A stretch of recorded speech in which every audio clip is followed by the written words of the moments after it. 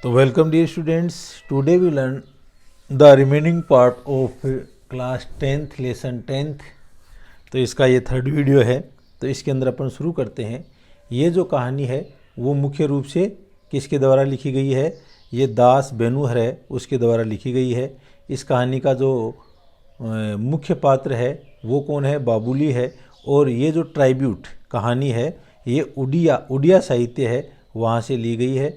इस कहानी के अंदर एक परिवार है, उसके अंदर आपसी जो लड़ाई है उसके कारण किस तरह से परिवार के अंदर विभाजन होता है और उस विभाजन के समय परिवार के जो अलग अलग सदस्य हैं उनका दृष्टिकोण विभाजन के प्रति कैसा रहता है वो अपन को देखने को मिलता है। और किस तरह से भारतीय समाज के अंदर जो संयुक्त परिवार पड़ता है वो धीरे धीरे नष्ट हो रही है, उसका वर्णन इस अपन को इस पाठ के अंदर मिलेगा। तो अब अपन शुरू करते हैं।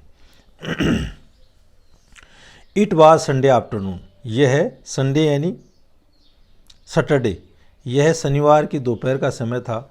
I left for my village, और मैं मेरे गांव के लिए चल पड़ा। द सेम बस, उसी बस से वाज देयर, वहाँ पर थी और वहाँ पर वही बस थी।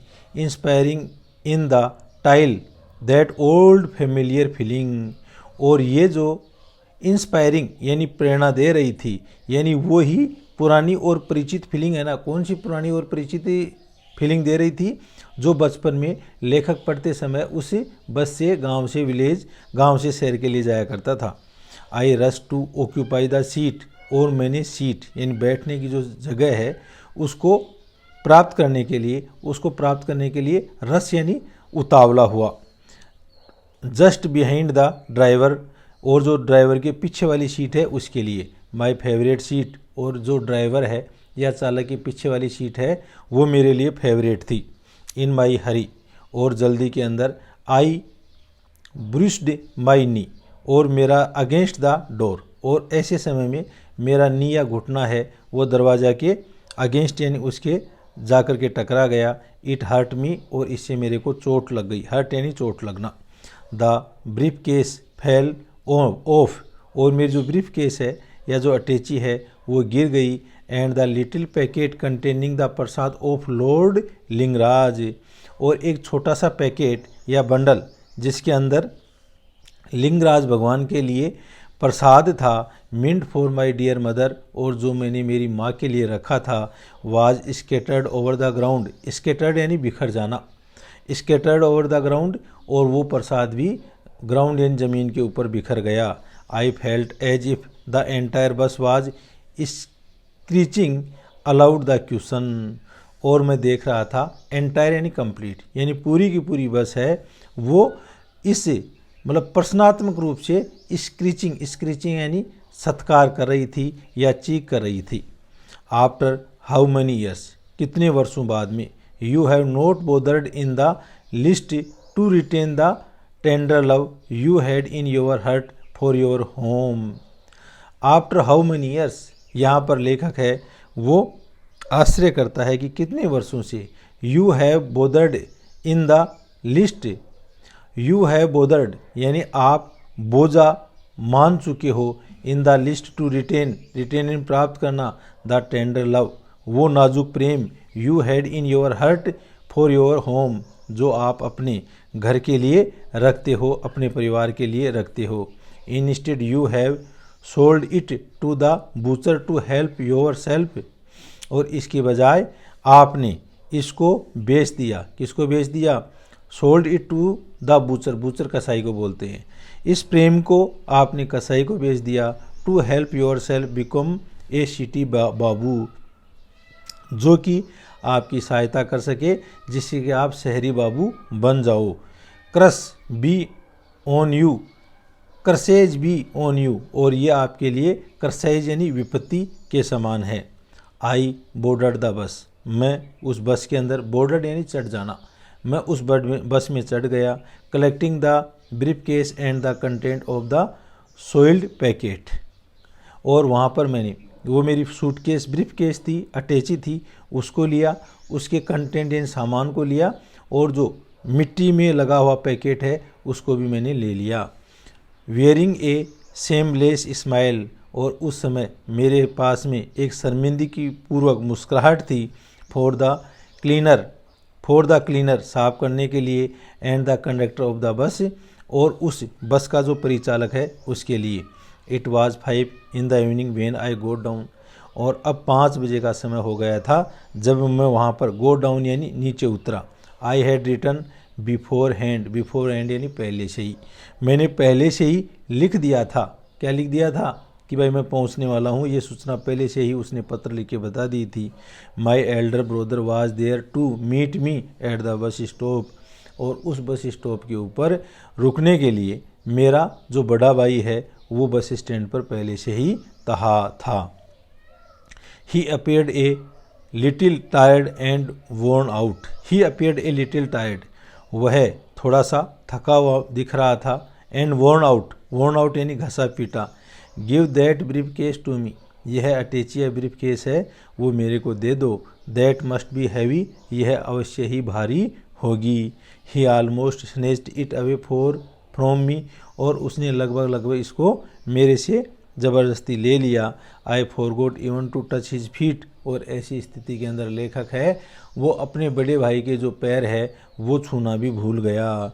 This had never happened earlier, और ऐसी घटना है वो पहले कभी भी नहीं घटी थी। He was walking in front of me, और वो मेरे सामने चल रहे थे। इस प्रकार दोनों भाई हैं वो घर के लिए रवाना हो गए। We were walking on the village road dusty and even the same, और हम लोग हैं उस गांव की जो सड़क है उसके ऊपर चल रहे थे। डस्टी जो धूल भरी थी, एंड इवर द सेम, और वैसी ही थी। I usually crossing the street along to go to the teacher in the evening. I यानी मैं, आई वाज यूजुअली क्रॉसिंग, और मैं सामान्यतः पार करता था द स्ट्रीट उस गली को, along to the teacher in the evening for tuition, जब मैं शाम के समय टीचर से ट्यूशन या व्यक्तिगत अध्ययन के लिए जाता था। It was generally late and dark, और ये ज़्यादातर या सामान्यतः देरी हो जाती थी और अंधेरा हो जाता था। When I return from my studies, जब मैं मेरे अध्ययन से वापस लौटता। फेलिंगली यानी असफल, अनफेलिंगली यानी कंटिन्यूसली यानी नियमित रूप से। My elder brother would be there to escort यानी साथ होना मी, और हमेशा मेरे बड़े भाई हैं वो मेरे साथ में होते। बैक होम वापस घर आते समय।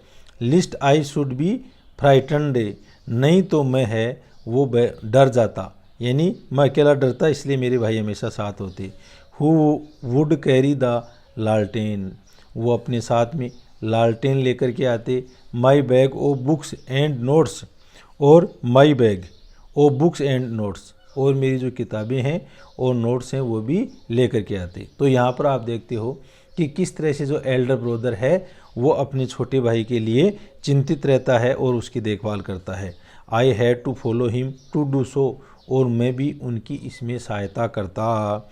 इफ़ यदि I lagged behind he would ask, यदि मैं पीछे रह जाता, लैग बिहाइंड यानी चलते चलते पीछे रहना, तो वो बोलते वाई यानी क्यों, यू आर परहैप्स टायर्ड, शायद तुम थक गए हो। कम होल्ड माई हैंड, आओ आप मेरा हाथ पकड़ लो। एंड वॉक विथ मी, और मेरे साथ में चलो। तो देखो यहाँ पर बड़ा भाई है वो छोटे भाई की किस तरह से देखभाल करता है। He sometimes use to carry me on he shoulders, और कई बार तो वह मेरे को अपने कंधों पर भी ले जाता। While going to the fields for a stroll, और जब वो खेतों के ऊपर घूमने के लिए, स्ट्रोल यानी घूमने के लिए जाते, तब भी मेरे को साथ में ले जाते। The bus stop was distance from the village, और जो बस स्टॉप है या बस के रुकने की जगह है वो हमारे गांव से काफ़ी दूर है। I had fallen behind him, मैं उनके पीछे पीछे चल रहा था। ही यानी वह है।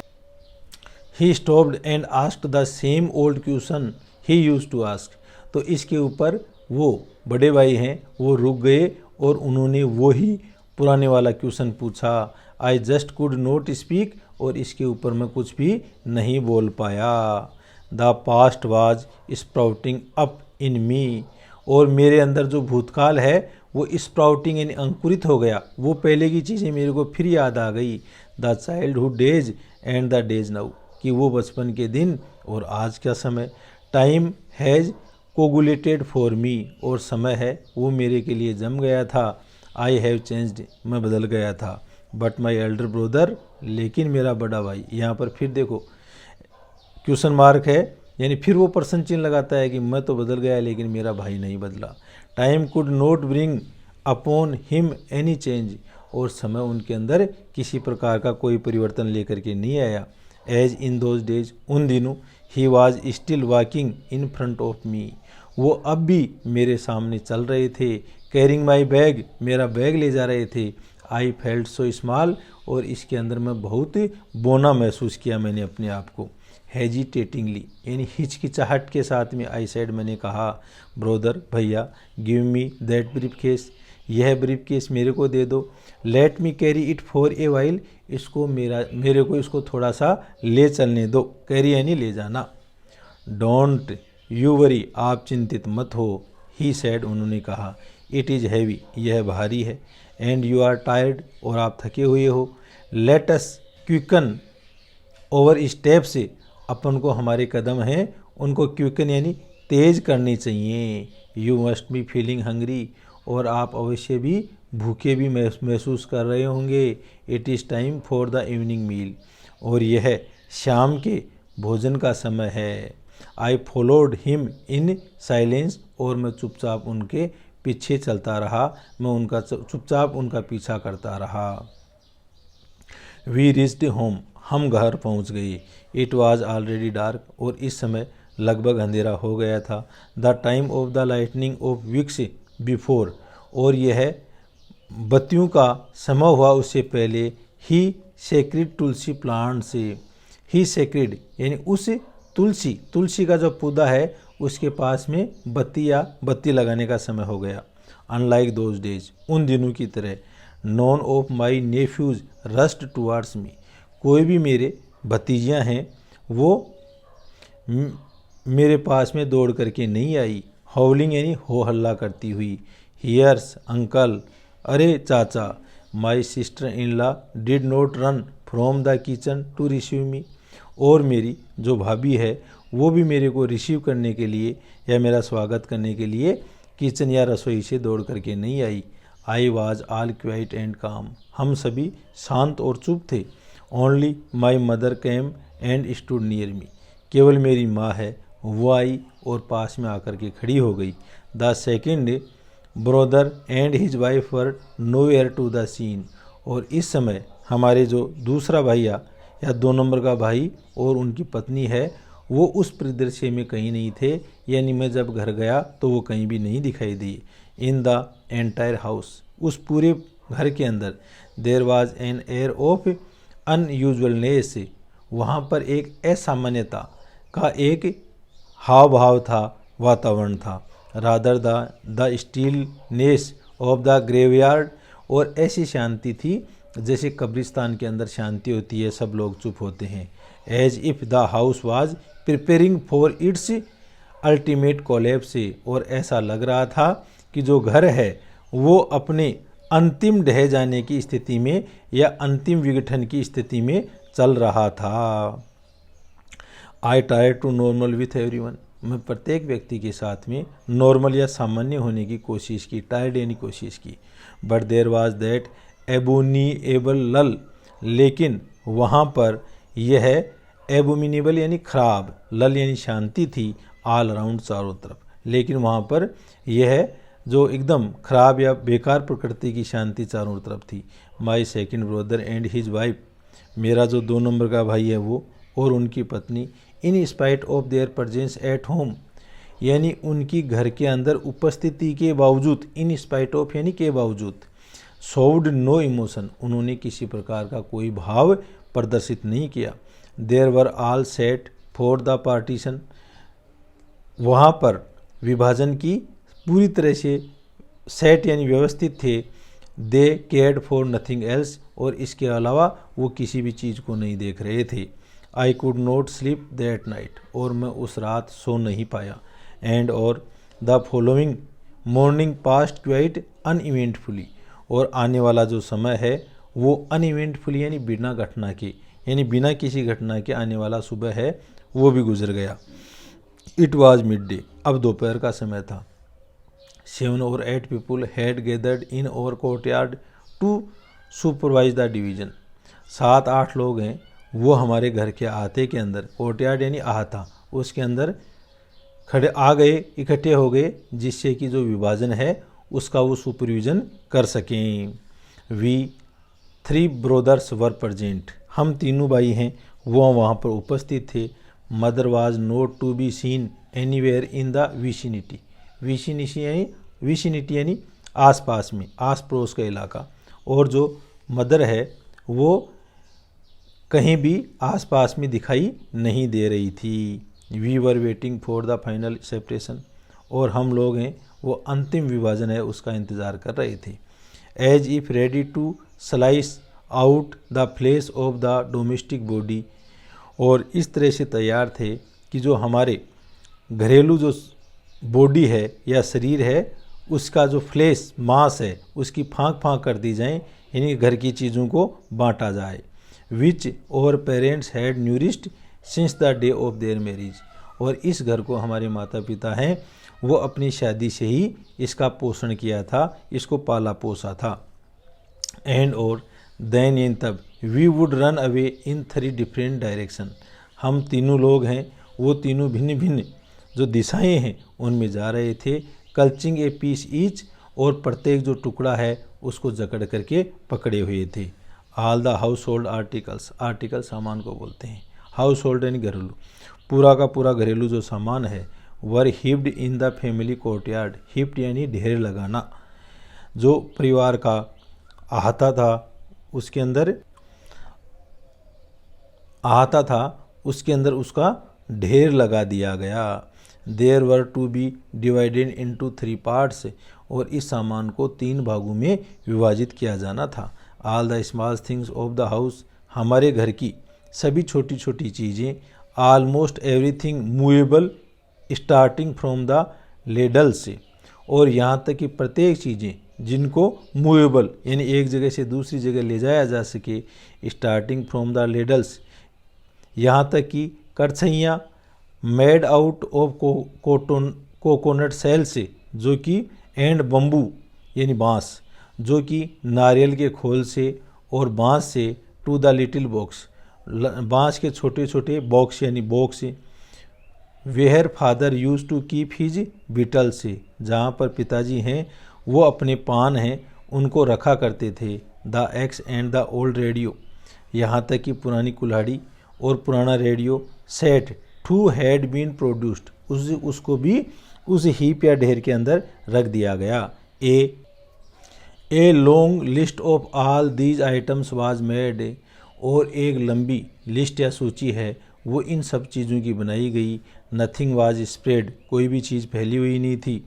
नाइदर द डिक्की, न ही डिक्की यानी वुडन राइस क्रशर, यानी जो लकड़ी की चावल को पीसने की चीज़ है वो, nor the little figures of the family idol से, और न ही जो परिवार की छोटी छोटी आइडोल्स यानी मूर्तियाँ हैं उनकी आकृति, यानी इन सब चीज़ों की एक लिस्ट बना करके उन सबको ढेर कर दिया गया। तो अपन देखते हैं कि किस तरह से परिवार है वो विभाजन की ओर धीरे धीरे आगे बढ़ रहा है।